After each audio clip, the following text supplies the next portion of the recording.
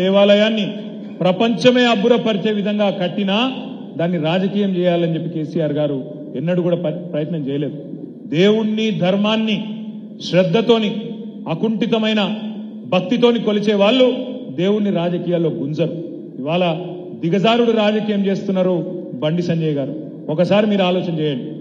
5 ఏళ్లలో కరీంనగర్ పార్లమెంట్ సభ్యుడిగా బండి సంజయ్ గారు కరీంనగర్ పార్లమెంటుకి ఏం చేసిండు?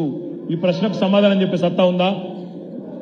నేను డిమాండ్ చేస్తున్నా, కరీంనగర్ వేదికగా బండి సంజయ్ గారిని సవాల్ చేస్తా ఉన్నా.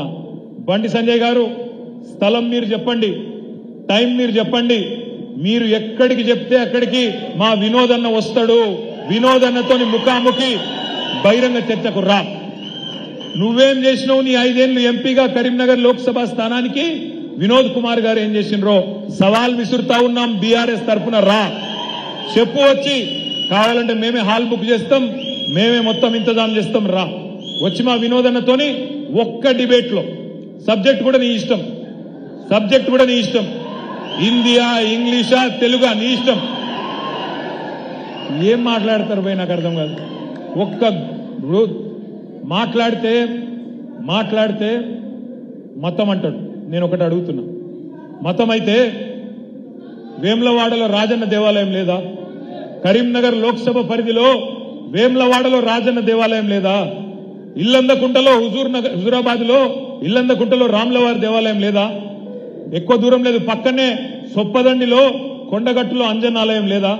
మరి ఈ 3 గుడులున్నాయే, 5 పైసలు తెచ్చినవా? నరేంద్ర మోడీని అడిగి 5 ఏళ్లలో 5 పైసలు తెచ్చినవా?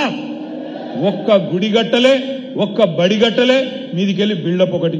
నేను ఇంకొక మాట అడుగుతున్నా, గంగుల కమలాకరన్ ఇక్కడనే ఉన్నాడు. గంగుల కమలాకరన్న తిరుమల తిరుపతి దేవస్థానం అక్కడ ఉండే జగన్మోహన్ రెడ్డి గారిని, అక్కడ ఉండే టీటీడీ బోర్డు చైర్మన్ కలిసి ఇలా అద్భుతమైన అపురూపమైన వెంకటేశ్వర స్వామి ఆలయాన్ని కట్టించింది మా గంగుల కమలాకర్ గారు, మా వినోద్ కుమార్ గారు కాదా? ఇది వాస్తవం కాదా? అంటే ఇక్కడ హిందూ గానోళ్ళు ఎవరు ఉన్నారు? ఇవాళ గంగుల కమలాకర్ గారేమో ఇక్కడ 10 ఎకరాలు ఇప్పించి కేసీఆర్ గారితో మాట్లాడి వినోద్ కుమార్ గారు ఆయన కలిసి బ్రహ్మాండమైన గుడి, ఇక్కడ వెంకటేశ్వర స్వామి గుడి కట్టిస్తే అక్కడికి వచ్చి మాత్రం మొక్కుకొని పోయింది, అది వేరే విషయం. కానీ సాటుకు వచ్చిపోయిండు మొత్తానికి. సరే, పాయింట్ ఏంటంటే గుడికి పైసలు తేలేదు, కొనొక్క బడి తెచ్చిండా? ఒక్క బడి, ఒక్క నవోదయ పాఠశాల తెచ్చిండా? కొత్త జిల్లా అయితే రాజన్న సిరిసిల్ల జిల్లా కొత్తదైంది, జగిత్యాల జిల్లా కొత్తదైంది, ఈ 2 ఆయన పార్లమెంట్ పరిధిలో కొంతున్నాయి. ఒక్క పాఠశాల తేగలిగిండా?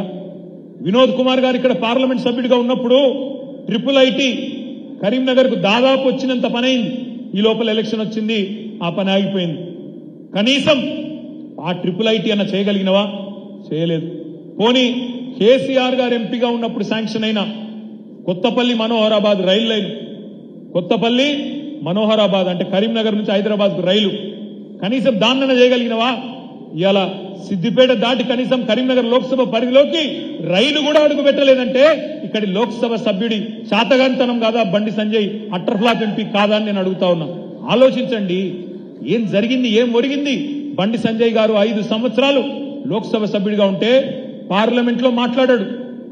వినోద్ గారు 570 ప్రశ్నలు అడిగితే ఆయన 50 ప్రశ్నలు అడగడు. ఒక్క గుడి దేడు, ఒక్క బడి దేడు, పోనీ ఒక్క మండల కేంద్రానికన్నా వచ్చినవా కరీంనగర్ లోక్సభ పరిధిలో అంటే ఎక్కడికి కూడా రాలే. మరి ఇట్లాంటి ఎంపీ కావాలనా? లేదా చదువుకున్న విద్యావంతుడు మన తరపున మన గలం, మన బలం, మన దళంగా అక్కడ విరుచుకొని పడే వినోద్ కుమార్ గారు కావాలన్నా ఆలోచించాలని చెప్పి నేను కోరుతా ఉన్నా. ఒక్కసారి మీరు చూడండి, ఎందుకుండాలి గులాబీ జెండా? ఎందుకుండాలి గులాబీ జెండా పార్లమెంట్ లో అంటే గత 10 ఏళ్లలో లోక్సభలో మనం ఎన్ని ప్రశ్నలు అడిగినాం, బీజేపీ వాళ్ళు ఎన్ని అడిగినరు, కాంగ్రెస్ వాళ్ళు ఎన్ని అడిగినరో ఒక్కసారి చూడండి. ఇది వినోద్ గారు బండి సంజయ్ గారి మధ్యన తేడా. వినోద్ గారు 5 ఏళ్లలో 106 చర్చలలో పాల్గొన్నాడు, 553 ప్రశ్నలు అడిగిండు తెలంగాణ తరఫున. మీరెందుకు మాకు రావాల్సిన ఇయ్యరు అని నిలదీసిండు, మాకు రావాల్సిన ఇయ్యండి చట్టపరంగా అని అడిగిండు. 10 ప్రైవేట్ మెంబర్ బిల్లులు పెట్టిండు. చదువుకున్న వాడైతేనే పెట్టగలుగుతాడు, అది ఇంకోటి పెట్టలేడు. ఇక ఇక్కడ దిక్కు చూడండి, 6 చర్చలు. 6 చర్చలు లేని కేసీఆర్ ను ఎన్ని రకాలుగా ఎన్ని కొత్త మాటలు తిట్టాలి. కాసిం చంద్రశేఖర్ రజ్వీ అనాలి, ఇంకో బూత్ మాట తిట్టాలి, అదొకటి. క్వశ్చన్లు 57. ఆ 57 క్వశ్చన్లు కూడా ఏమడుగుతాడు? కరీంనగర్ కు IIIT ఎందుకు రాలే అని అడగడు. కరీంనగర్ రైలు సిద్దిపేట కాడనే ఎందుకు ఆగిపోయిందని అడగడు. కరీంనగర్లో ఎందుకు ఒక్క నవోదయ పాఠశాల ఇయ్యలేని అడగడు.